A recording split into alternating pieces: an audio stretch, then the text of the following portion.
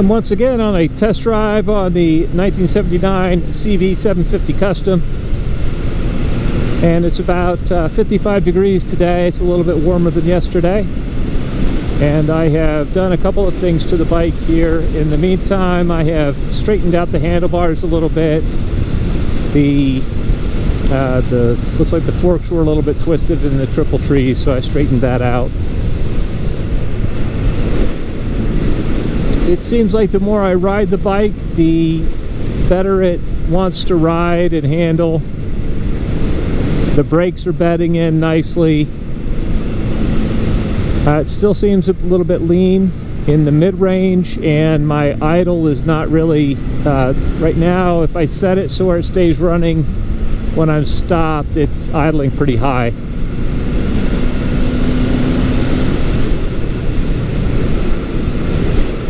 But right now I'm just trying to put some miles on it, get this thing running like it should. If I give it more than 8 throttle, it just takes off like a rocket.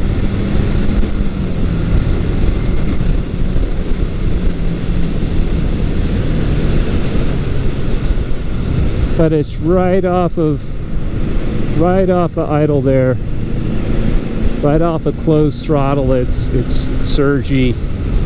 That seems a little bit lean. I may go ahead and shim the needles in these, just one shim under each needle, and just see how that does. I know the Hondas can be pretty cold-blooded.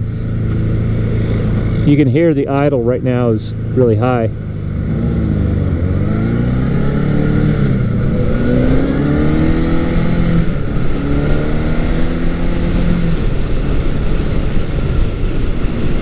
The bike seems to shift nice, clutch doesn't slip. I've driven it for about 20 miles now, so the longer I drive it, the more compliant it seems to be. It seems to be running better and better as I ride it. Fork still is, especially on the left one, is still leaking pretty significantly.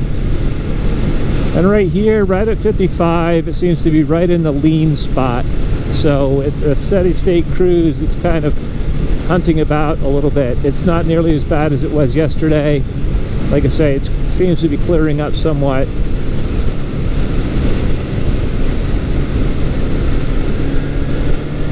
If I give it more juice, it just picks up right away, which is nice.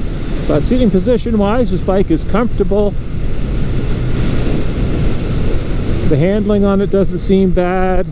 It'll definitely, with some new fork fluid in it, it seems like the fork fluid is pretty shot in here. It's like water, so I'll go ahead and replace that on both legs and do the fork seals. I may shim the springs a little bit or get progressive springs and do those. That would really drastically help, but we'll see. This bike has nice mid-range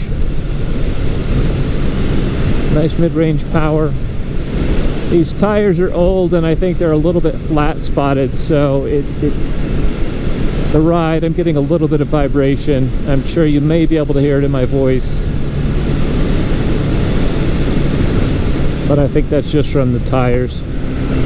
Yesterday when I stopped at the gas station, I was unsure of whether the bike was going to start for me. I had to let it sit for a minute and then put some choke on, and then it would finally got it started again. But for a second I thought I was going to be stranded. And although I did synchronize the carburetors by eye, they may not be completely synchronized like I would want them to be.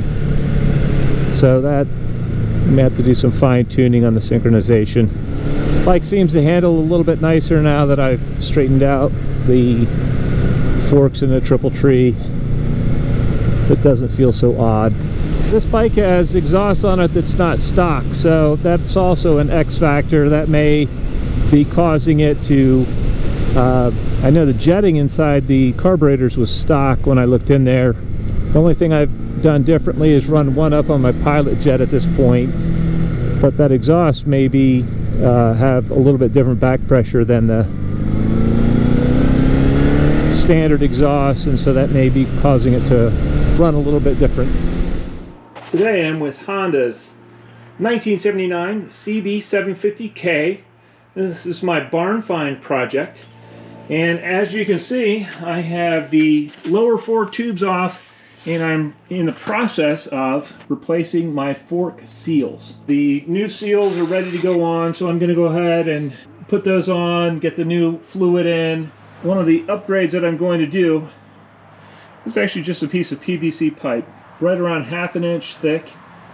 And what I'm going to do is actually put it in the top of my fork leg on top of my springs here, and then I'm going to put the tops back on. But what that's going to do is going to give me a little bit more spring preload in my fork. And this is something, you know, even non-adjustable forks can be adjusted very easily by putting a spacer in and increasing your spring rate.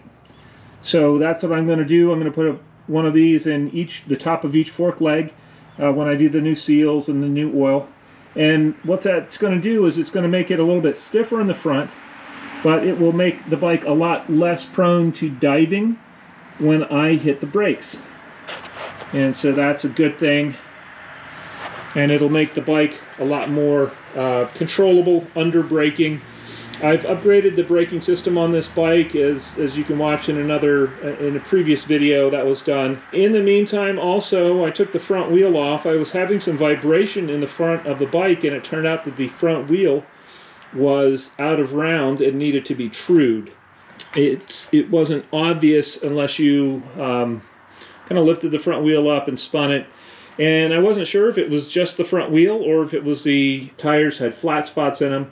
But it turned out that it was actually the wheel needed to be trued. So I have that at a shop now. They're going to do that. Man, when we get that back, I'm hoping to get this bike back out on the road, do another test drive here shortly. In the meantime, what I've done is I've also done on the carburetors, I have put a shim under each of the needles. It's just a single small shim. It just barely raises the needles a little bit, and that actually tremendously helped my mid-range. And I'm not sure if you recall, but at about 50 miles an hour to 55 miles an hour, anywhere between 4,000 and 4,500 RPM, the bike had a stumble, and it was running lean. So what I've done is basically fix that by shimming the needles up. So what I'm going to do once I'm able to get the bike out on the road and do another test drive is, with the front wheel being trued up and, you know, everything taken care of there, we're going to eliminate that vibration, and so then I can focus on what the engine itself is actually doing, because there was overlap between the cylinders being lean at around 4,000 RPM and kind of stumbling, the engine stumbling, and the overlap with the front wheel vibrating. Eliminating the front wheel is going to take that out of the equation and make it easier to diagnose what is actually something with the engine or carburation, and then what is just basically wheel hop. Just a short update here, but progress continues on this bike. I also bought a set of carb synchronizers, vacuum synchronizers, and what I'm going to do is synchronize the carbs with the vacuum synchronizers. They have been bench synced, but they, right off idle, it's a little bit, there's a little bit of hesitation. Really, once it's beyond 8th throttle, it pulls very, very nicely. But just that initial, where you need the carbs to be really precisely synchronized, I can tell that they need adjustment. So that's something that we're going to do here also in a future episode. So stay tuned. I hope you found this video informative and entertaining. And until next time, enjoy the ride.